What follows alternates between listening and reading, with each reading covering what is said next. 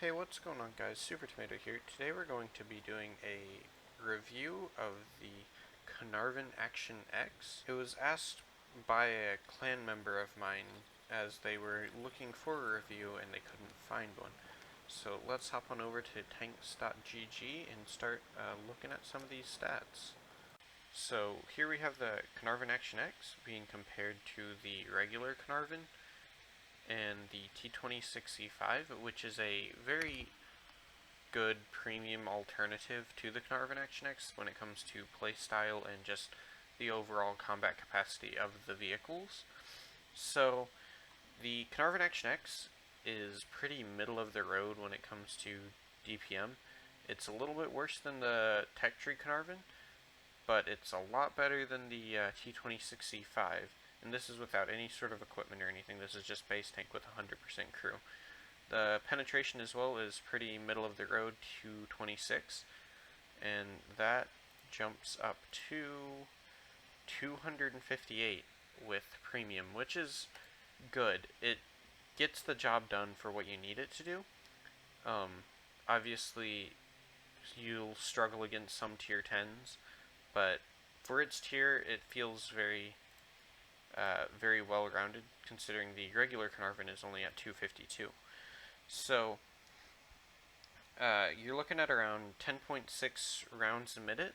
It's the best of all of them, and that goes along with having a very good reload time of 5.66. But because you're hitting 4 less than the other vehicles, or than the Caernarvon, then you're getting a little bit less DPM by about 200 to 300. Now, looking at the gun handling stats, it's pretty even with the normal Caernarvon. You got the same aim time across all 3 vehicles. The dispersion is better on the premium Caernarvon AX than on the regular Caernarvon, and they're both quite a bit better than the T26E5. So, mobility-wise, it's actually faster than the Tech Tree Caernarvon going forwards at 36 instead of 34, and the T26E5 is faster than them at 40, but a lot of that's down to the power to weight, being that this thing is right in the middle of the road. It's 1 power to weight better than the Tech Tree Caernarvon. This thing gets up and goes actually pretty well. The terrain resistances are fairly low compared to something like a T26E5, and that really makes it feel quite nice to play with. It feels like you actually are getting in position before the enemy heavy tanks. Now, if we're looking at the armor, the frontal armor of the Caernarvons are 130.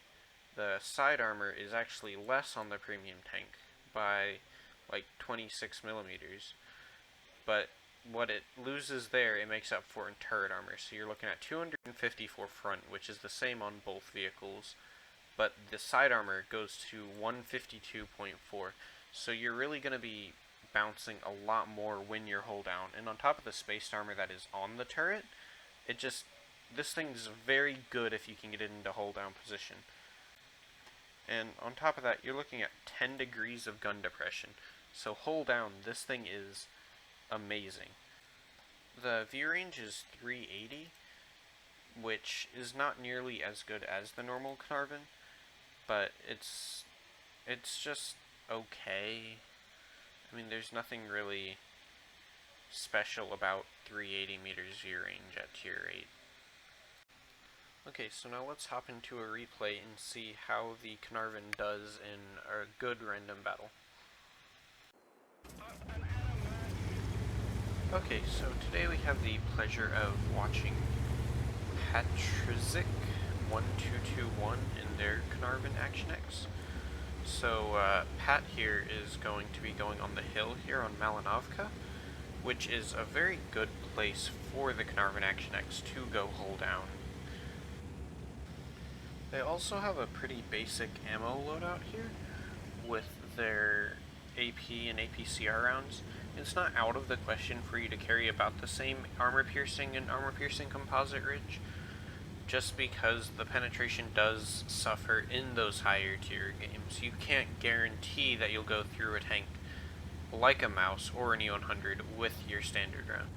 So, looking at the team list, the vehicles that he really has to worry about are that Scorpion G right there, who I'm not really sure why a Scorpion would rush to that section. Like, I kind of get it, but on an encounter battle, there's no way he's going to get there without getting spotted, because everybody's going to try and go hill. So that Scorpion's really paying the price for his mistake there. And as he just found out, that mistake's going to cost him his life. So that's really the biggest threat in this battle for him, is dealt with and out of the way. The Scorpion's the one that really could go through his turret above anyone else. Not that other vehicles can't, but in this game, he's really the one that he had to worry about. So now we're going to be fighting some of the heavy tanks that went up the hill here. We got an IS and a Tiger tank, and really the IS doesn't stand a chance here. His gun's way too inaccurate to be able to snipe the commander's hatch, and he's going to be shooting up at the turret, and that's just a recipe for disaster when you're fighting one of these things. So as they're finding out here, they're really struggling to go do anything to this Caernarvon at all, and Pat is just farming them for their health because he can. There's no reason for him not to. The artillery's not aiming at him. He's even getting artillery support, so that Tiger's just going to sit there trapped. And now we have a Hellcat going to the hill, where he knows that there's a Caernarvon, and he knows that if they just waited, he could shoot the Caernarvon as he pushes down the hill. So, in a situation like this, if you were on the enemy team, and you know this guy's in a position where you can't do anything to him, the best thing you can do is fall back, because now he's got to push forward, and he's got to be able to show his hull to you guys as he pushes. So you're no longer fighting a hull down tank, and you can get shots at his lower plate weak spot. So now we're going to just be finishing up the rest of this IS here, and the team scores are, it's 5-4, so it's pretty even still. And now Pat's going to be pushing down the hill into the spawn of the enemy vehicles on this encounter battle. And this is where, if you're playing Malinovka, you can really use the hill to the disadvantage of the enemies as they push. So now Pat's spotted.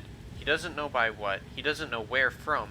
All it takes is you to have a couple tank destroyers in positions in the trees, and you can just start tearing them apart. Now, fortunately for Pat, and unfortunately for the enemy team, their Hellcat and their Scorpion G, who would have been very good in a situation like this where they knew they weren't going to take the hill, they could have sat back and waited, and now being able to farm Pat.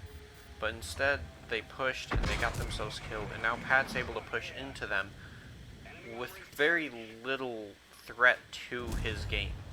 Like, there's this Jagdpanther, but he's just casually taking apart this Jagdpanther. That wasn't a particularly difficult target for him because the Jagdpanther didn't have any support. And now that that Jagdpanther's dealt with, he's just going to keep pushing into them. So the artillery is somewhere over there. There's the artillery. Finish him off first because mid-tier artillery is just the bane of the game right now. So he's down. We now got tier 6s to fight. And suddenly this VK and Super Hellcat find themselves shooting at a hull down Caernarvon again. And he can just dismantle him one person at a time without them having any sort of support. So he finished off the VK. Now the Super Hellcat's next. The SU-152 there pushed up and was taken out by the FCM-50T, which is very good information because it means that the FCM's somewhere over here. So he keeps pushing ahead down into the Super Hellcat, so that way he can get into a position where he's got a lot more cover from these tier 8s that are left. And now he's fighting a FCM and a T-44, and he's hull down again. He's got himself into another hull down position behind the Super Hellcat in the ridge. And now that they're not focusing him, he can push up into a better position where he can get better shots at them. The FCM goes down to his allies on the other flank. This T-44 is not even aiming at him, so he can just put a shot into the back of his turret there.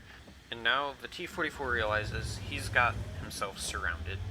There's nothing he can really do to salvage this game. So now it's just Pat's team cleaning up the rest of them. It's just down to that T-44, and any second now he's going to get killed. So just like that, Pat carried the hill in an amazing performance of hull down ability in the Caernarvon AX. Okay, so just taking a look at the battle results here. That was an ace tanker for Pat, with a top gun, high caliber, steel wall, and cool headed medal, all justified completely. If we look at the team score, he did 4,000 more damage than the next best on his team, and 700 more base XP. He really carried this game and showed some really exceptional Caernarvon AX performance. And that was an 86,001 credit profit as well. So I hope you guys enjoyed this review of the Caernarvon AX. If you liked it, press the like button. If you disliked it, press the dislike button. If you want more behind the scenes content on upcoming videos and when videos are being made or posted, follow me on Instagram. It'll be linked in the description, and I'll catch you guys in the next one.